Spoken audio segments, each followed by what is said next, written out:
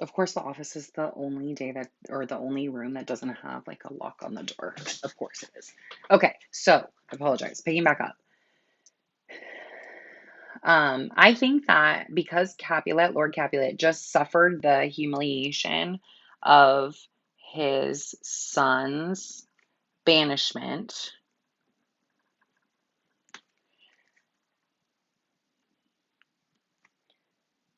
a wedding is a joyous event that will take people's minds off the current negativity. Oh, I'm sorry. What am I talking about? Okay. Capulet has just suffered the humiliation of, sorry, Tybalt's, sorry, Tybalt's death. Um, so a wedding is a joyous event that will take people's minds off the current negativity or like sadness.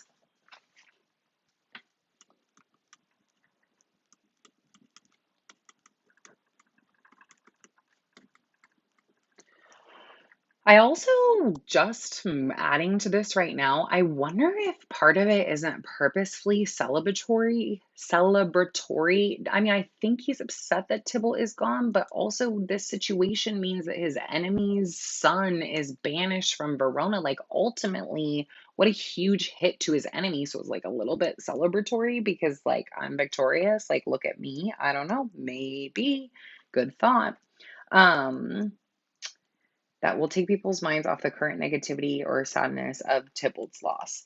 Even with just this here on the page, the issue is that this is not centered on Juliet, her needs, her wants. She's expressed that she doesn't want to, she's not really interested in getting married. Lord Capulet, I think, wisely identified she's young, right, in order to like kind of take that on as something in her life.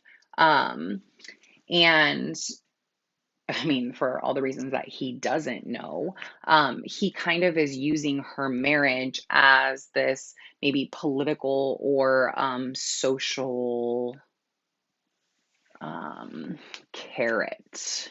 So I'm going to use that as like an incentive for other people to participate with, like in the way that he wants them to, with his family. So, what does your inference, this claim that I'm making, suggest about this character's value? So this suggests Capulet values what others in society think of him, and it shows his insensitivity to Juliet and like her feelings, other than kind of using her as he wishes. Oh, just wait, because that's really going to come to play in one of these scenes coming up here. All right, so we're on Act 3, Scene 5. Romeo, the audience would, I think, be clear about how this scene would play out. I think when you're reading the play, this scene, you have to kind of orient yourself to where you are first. So you'd have to imagine that the scene would open up on Romeo kind of maybe lounging, like kind of relaxed out on the balcony that would be kind of outside of Juliet's window. We would have already seen that area, so we'd be able to identify it as the audience in Shakespeare's time. Um, and he would probably be dressed in some undergarments, which would be a huge signal as to time has lapsed since the end of scene 4, in which we see Juliet promise to Paris, and the beginning of scene 5, where Romeo and Juliet have clearly spent the night together. And so it is important because the plays were always during the day because there's no electricity, that the characters talk about the like moon and the stars and the birds and the light of the day, in order to orient the audience to the progression of time throughout the play. So he says here, in lines 9 and 10 in scene 5, Jocund Day stands tiptoe on the misty mountain tops. So Jocund is like happy, right? So the happy day stands tiptoe on the misty mountaintop. Well, stand is a verb that a day can't do, and a day does not have tiptoes because it doesn't have a body. So those clues immediately lead me to say personification. Um, so explain the significance of Romeo's line when he says, more light and light, more dark and dark are woes. So Romeo and Juliet are discussing like the morning light and also the sound of the birds that they hear. So Romeo mentions that he hears the lark, which is a bird that sings in the morning time, signaling early morning.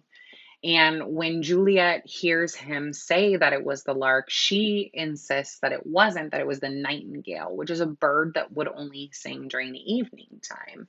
And so they go back and forth with this conversation about whether it is in fact day or night, because you can imagine, and again, all of this is like Shakespeare trying to create imagination in his audience.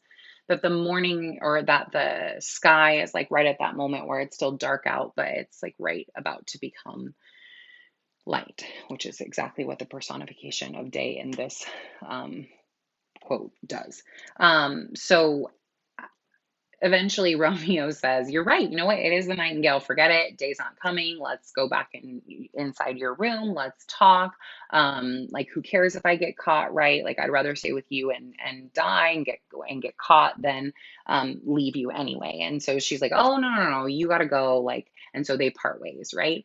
And so one of the comments he makes is that more light and light, more dark and dark are woes. So there's juxtaposition of light and dark. So the closer day is, the more dangerous Verona is for Romeo, implying that they need to part ways and that they will feel sad. And then that is where the reference to the word woes comes from. All right, so again in this scene, lines 54 to 57, Juliet says something that is a clear foreshadow. She says, "Oh God, I think sorry, she says, oh God, I have an ill divining soul, methinks I see thee. Now, thou art so low as when dead in the bottom of a tomb. Either my eyesight fails or thou lookst ill." So, as Romeo descends from her balcony